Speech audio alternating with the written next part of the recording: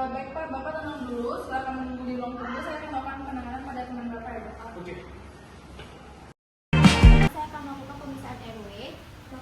Bapak bisa dengar saya Pak? Selanjutnya saya akan melakukan pemeriksaan jauh keras pada pasien. Baik, selanjutnya saya akan membersihkan daerah mulut pasien untuk melihat ada tidaknya sumbatan nafas pada pasien. Selanjutnya saya akan melakukan pemeriksaan look, listen, feel pada pasien untuk melihat ada tidaknya perubahan suara nafas pada pasien. Baik, selanjutnya saya akan melakukan cooler mic cooler pada pasien.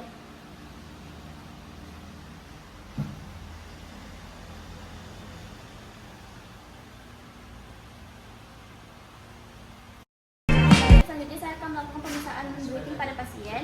Yang pertama, saya akan melakukan pemeriksaan respiratory rate pada pasien. Baik, selanjutnya saya akan melakukan pemeriksaan toraks pada pasien. Yang pertama, perkusi pada toraks pasien. Baik, selanjutnya saya akan melakukan pemeriksaan auskultasi pada pasien.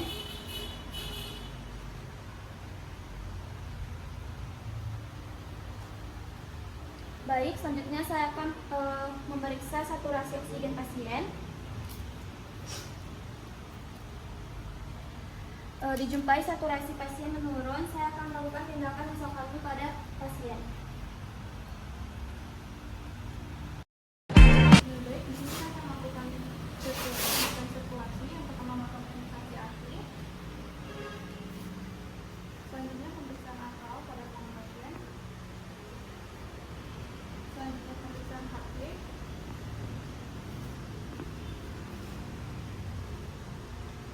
Selanjutnya melakukan pemeriksaan darah.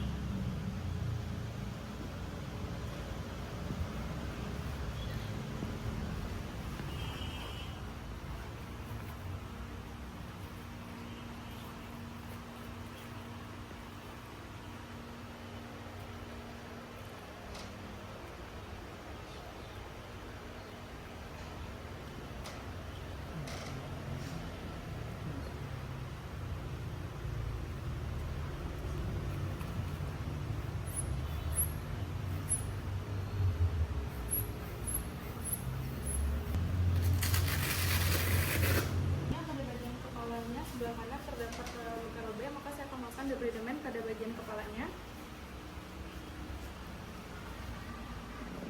Selanjutnya pada bagian femur itu ditemukan fraktur terbuka, yang dimana saya sebenarnya melakukan pemaksaan terlingkar terlebih dahulu.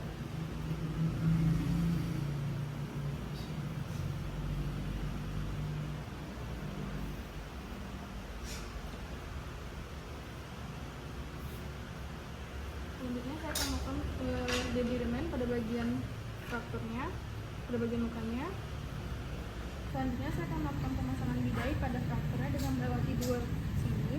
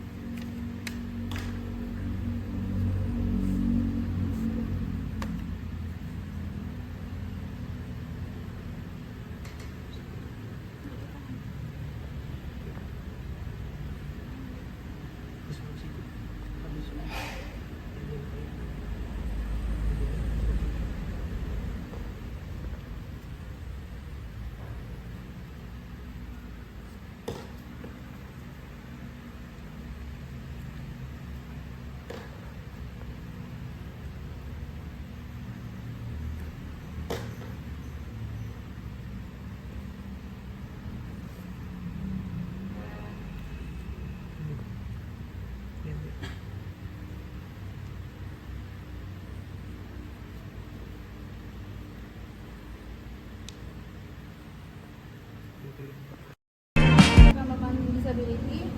Pak. Selanjutnya saya akan melakukan rangsangan nyeri. Pak, Bapak tahu nggak kita lagi di mana? Oh, di mana ya? Baik.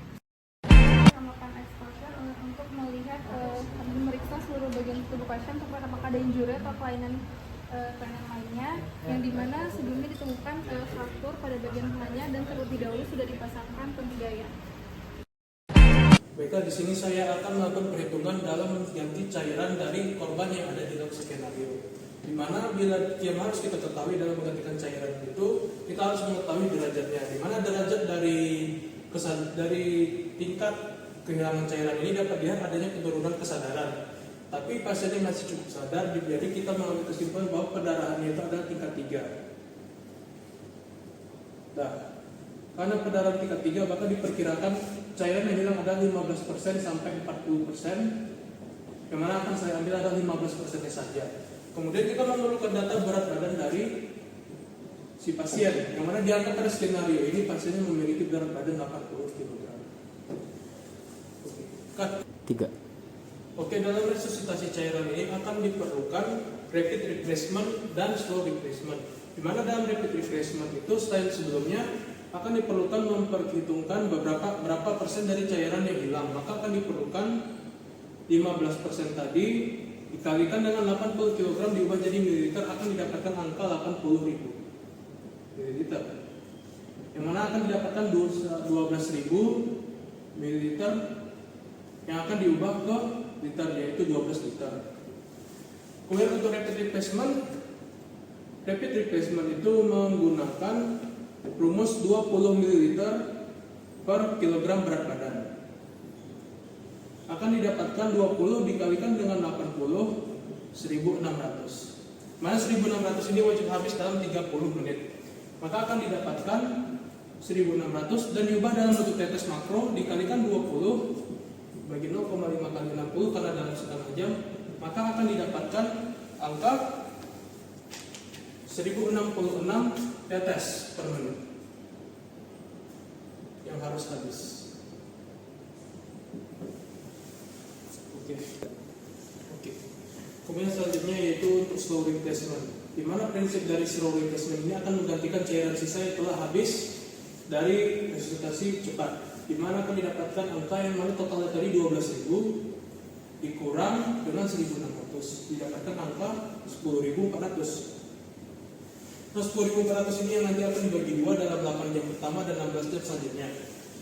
Nah, sebelum kita berusaha dengan itu, kita perlu mencari cairan maintenance atau kehormatan, di mana prinsip dalam cairan maintenance itu 4 tambah 2 tambah 1. Maka didapatkan 40 tambah 20 dengan sisanya lagi 80 lagi 60 lagi, didapatkan 120 ml per jam, yang mana langsung dibagikan dengan 3, maka akan didapatkan 40 tetes per menit, yang mana nantinya akan ditambahkan dengan 10.400 yang dibagi 2 nanti. 3. Oke, kemudian kita masuk ke SR tadi ataupun slow replacement-nya dibagi menjadi 2, yaitu 8 jam pertama dan 16 jam selanjutnya. Dimana ini 10.400 yang telah kita dapatkan tadi akan dibagi 2, dibagi rata 8 jam dan 16 jam. Jadi ada 5.400 ml yang harus habis dalam 8 jam. Maka dikalikan dengan tetesan makro yaitu 20 dibagi dengan 8 dikali 60 karena ini diubah dengan satuan jam. Kemudian hasilnya adalah 200. Oke, dalam slow replacement ini akan dibagi menjadi 2, yaitu 8 jam pertama dan 16 jam selanjutnya, yang mana akan dibagi dari 10.400 yang telah didapatkan, maka akan didapatkan 5.200.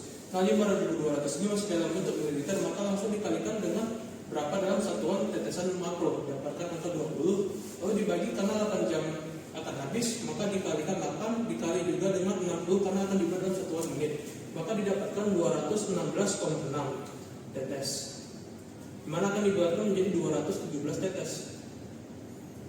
Nah, 217 tetes ini belum selesai, kita perlu menambahkan cairan maintenance, yang mana cairan maintenance-nya itu adalah 40. Maka didapatkan angka dari 8 jam pertama ini adalah 257 tetes.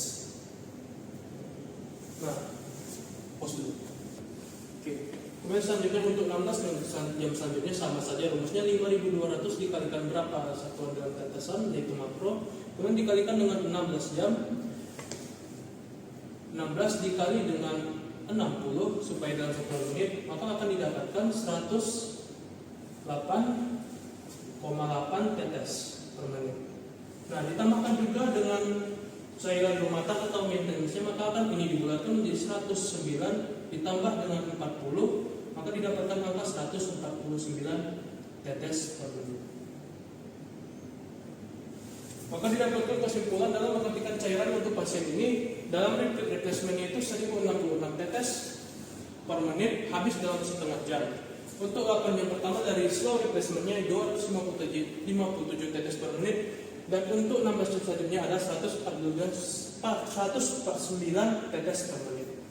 Sekian dari saya.